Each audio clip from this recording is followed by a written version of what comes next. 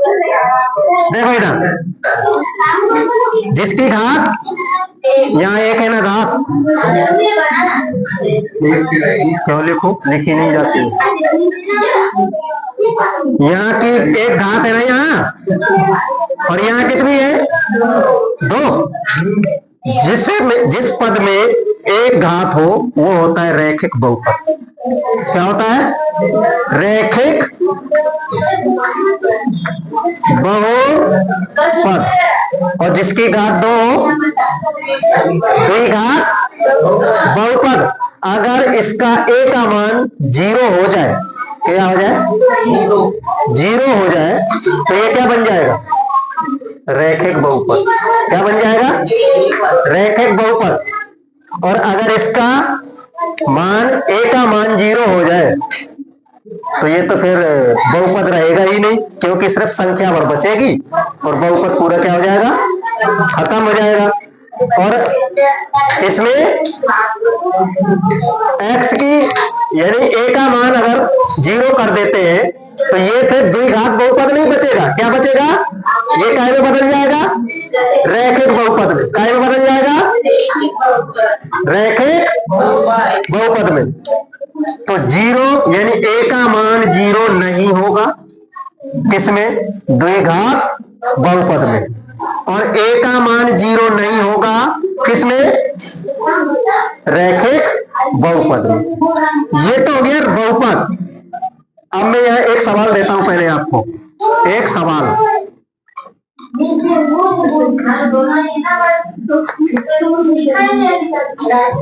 एक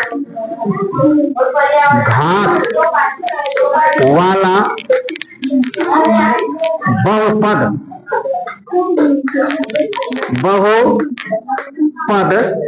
होगा। बहुपद, ये प्रश्न है, एक घात वाला बहुपद होगा। क्या होगा, द्विघात बहुपद, त्रिघात बहुपद,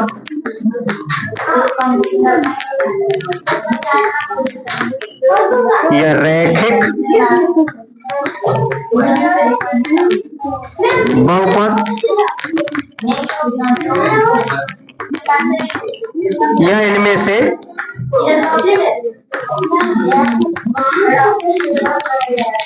कोई नहीं। बोलो इनमें से कौन सा उत्तर सही है, कौन सा सही है। मैंने बोला है एक घात वाला बहुपद होगा।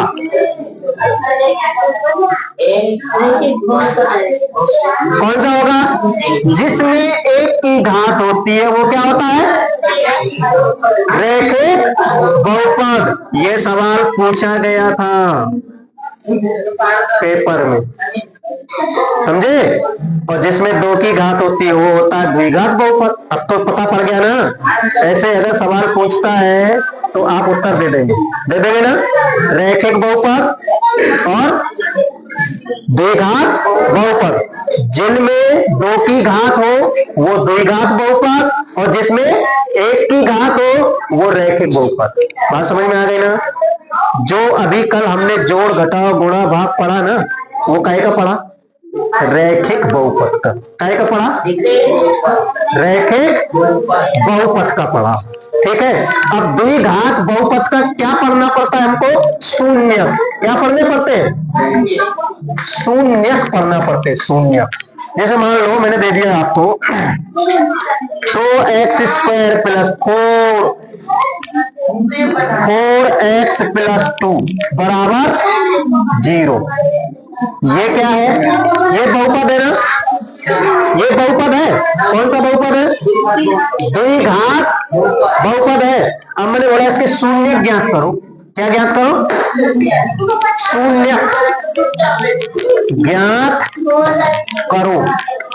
कैसे करोगे, इसको क्या कर देंगे हम, 0 कर देंगे ना, तो बराबर 0। अब कैसे, ये तो हो गया द्विघात बहुपद है, ये इतना, है कि नहीं? तो इसको क्या करते हैं, हम हल कर लेते हैं। कौन सी विधि से? गुणनखंड विधि से। कैसे होता है गुणनखंड विधि? बाह्य पदों का गुणन, ध्यान से सुनना, बाह्य पदों का गुणन, ये बाहरी पद है दोनों, ये बाहरी पद है दोनों, है कि नहीं? बाह्य पदों का गुणन, ये बाहरी पद है दोनों, इन दोनों का गुणा कितना आएगा? ये 2 और ये 2, कितना आएगा? इसके बराबर हो रहा है कि नहीं? हो रहा है ना। तो बाह्य पदों का गुणन,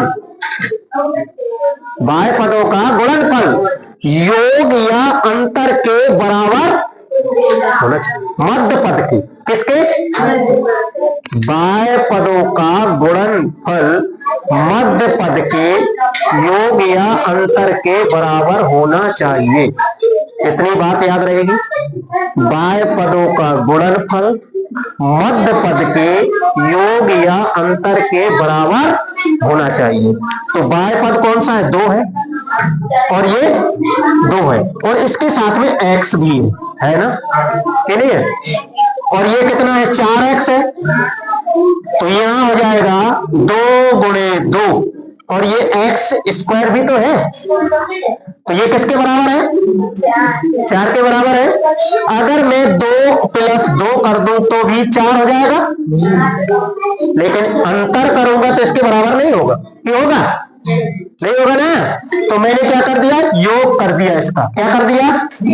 योग, यानी 2x² प्लस ये x को मैंने बाहर कर लिया। अब क्या कर दिया? इसको योग कर दिया इसका। 2 + 2 प्लस 2 प्लस 2, ठीक है? ये +2 हो गया। अब यार देखो, इसका अंदर क्या कर देते हैं हम? गुणा। इसका अंदर गुणा करूंगा तो ये क्या होगा? 2x + 2x + 2 हो गया। अब यहां देखो, एक पद ये बन गया और एक पद ये। कॉमन लेने के लिए 2 पद कर लिए हमने। अब यहां देखो 2 और 2 बराबर है ना, यहां x है और यहां 2x है, यानी कि x की घाते कितना है? यहाँ 2। तो यहाँ 2x कॉमन हो जाएगा, तो यहाँ अंदर क्या बचेगा? ये 2 तो यहाँ निकल गया। अब यहाँ बचा x और एक x और निकल गया, तो यहाँ बचा सिर्फ ओनली x। क्या बचा? अकेला x बचा कि नहीं? अब यहाँ देखो, ये पूरा निकल गया, यानी 2x का भाग 2x में दिया तो कितने बार गया? 1 बार गया कि? समझ गए? प्लस कॉमा लेने का मतलब होता है भाग देना। क्या होता है?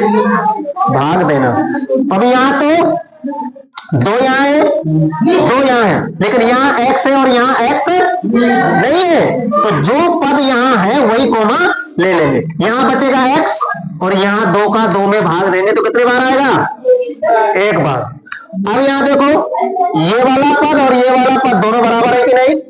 तो ये कॉमा हो जाएगा, x + 1, ये कॉमा। यहाँ बचा क्या? 2x और यहाँ क्या बचा? 2, यानी 2x + 2 ये बचा कि नहीं? अब इनको क्या करते हैं हम? 0 कर लेते हैं। शून्य निकालना है ना, शून्य निकालना है, तो x + 1 बराबर क्या हो गया? 0 हो गया, 0। और यह इसको कर लेते हैं 2x + 2 बराबर 0 हो गया, 0। अब ये पहला ये वाला हल कर लो।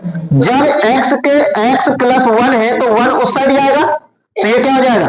x बराबर -1 हो गया ना, x बराबर -1, और ये उधर जाएगा, ये वाला, तो ये हो जाएगा 2x बराबर -2।